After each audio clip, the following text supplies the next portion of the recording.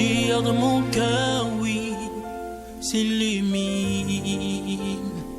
Sous les sentiers de misère et de peur, éclaire mes chemins, oui, le plus horrible.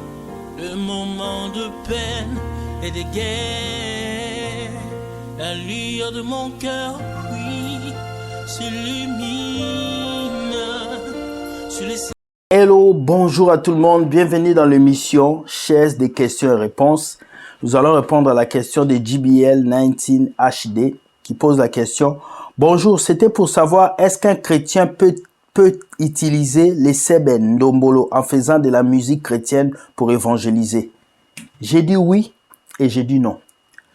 Le problème avec la musique, ce n'est pas le rythme qui est le problème, mais c'est l'inspiration, les paroles qui sont à l'intérieur.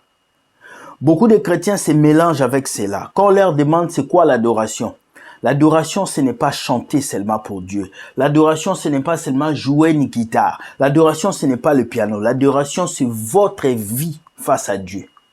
Ce que je fais maintenant, j'adore Dieu parce que je le célèbre en travaillant pour lui. Toute action que tu fais pour Dieu, c'est adorer Dieu, c'est lui rendre la gloire. Le souffle de vie que tu prends, tu adores Dieu. La Bible dit que tout ce qui respire loue le nom de l'Éternel. Ça veut dire que même le chien peut louer l'Éternel. Même les cailloux qui bougent, ça loue l'Éternel. Donc beaucoup de chrétiens voient le rythme comme le problème. Le problème, c'est pas le rythme. Le problème, c'est les paroles que nous avons à l'intérieur des chansons. C'est très important. Dieu a créé la musique, mais Dieu vous laisse le choix de pouvoir être inspiré dans les paroles.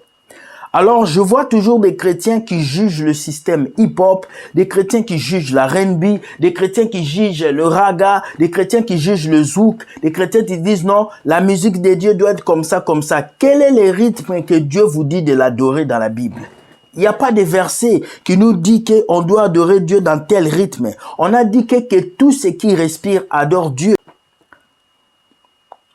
Psaume 150, verset 4 nous dit « Louez-les avec le tambourin, avec des danses. Louez-les avec des instruments à cordes et des chalumeaux. » Vous suivez? Louez-les pour ses hauts faits. Louez-les selon l'immensité de sa grandeur. Louez-les au son de la trompette. Louez-les avec les luttes et la harpe.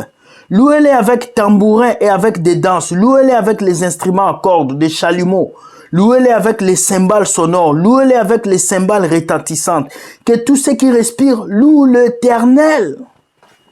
La Bible nous dit de louer Dieu avec la harpe, avec les chalumeaux, avec les tambours. D'où vient l'idée de ces chrétiens d'aujourd'hui de dire qu'on ne peut pas louer Dieu avec le piano? C'est du mensonge. Je vois des personnes qui cassent leur piano parce que Dieu les a dit de le louer avec la bouche. Je vois des gens qui cassent des guitares. C'est de l'ignorance. Dieu vous ordonne de le louer avec les instruments à cordes.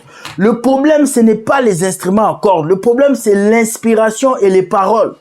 Si tu chantes pour Dieu, pour ton orgueil, c'est ça qui est mauvais. Si tu chantes pour Dieu pour vendre tes albums, c'est ça qui est mauvais. Si tu chantes pour Dieu pour devenir une superstar, c'est ça qui est mauvais. Mais si tu adores Dieu et que tu fais des sons, des singles, tu vas au studio, tu mets ça en téléchargement libre, tu laisses les gens télécharger, ce n'est pas un péché. Donc un chrétien peut louer Dieu dans n'importe quel style de musique, si cela est pour évangéliser et toucher le cœur des gens.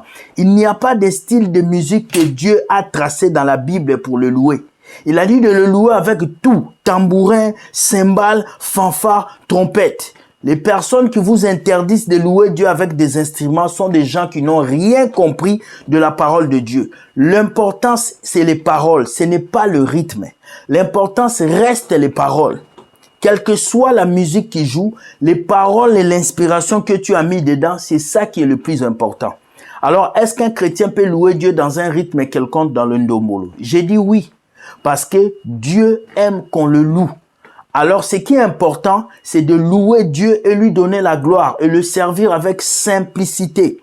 Maintenant, un chrétien ne peut pas interpréter la chanson d'un mondain pour transformer ça en chanson chrétienne. C'est ça qui est mauvais. Un chrétien ne peut pas prendre la chanson de Michael Jackson pour chanter ça chrétiennement. C'est pas bon. Un chrétien ne peut pas prendre la chanson des gens du monde pour chanter à l'église. Non, mais un chrétien peut composer une musique, chanter le nom de Dieu sur cette musique et faire sortir ça sur Internet, mettre ça gratuitement. Ne pas vendre son album. Tous les artistes qui vendent leur album, ils sont dans l'ignorance parce que Dieu a dit vous avez reçu gratuitement, donnez gratuitement.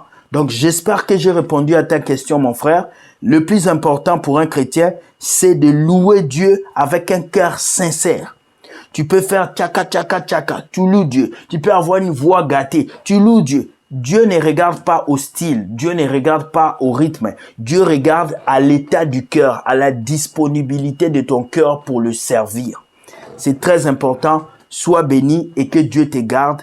Merci. Bonne soirée à vous. C'était l'émission Questions-Réponses. Pour nous écrire, envoyez-nous un email et nous allons vous répondre chaque jour. Merci. Bonne soirée. Soyez bénis.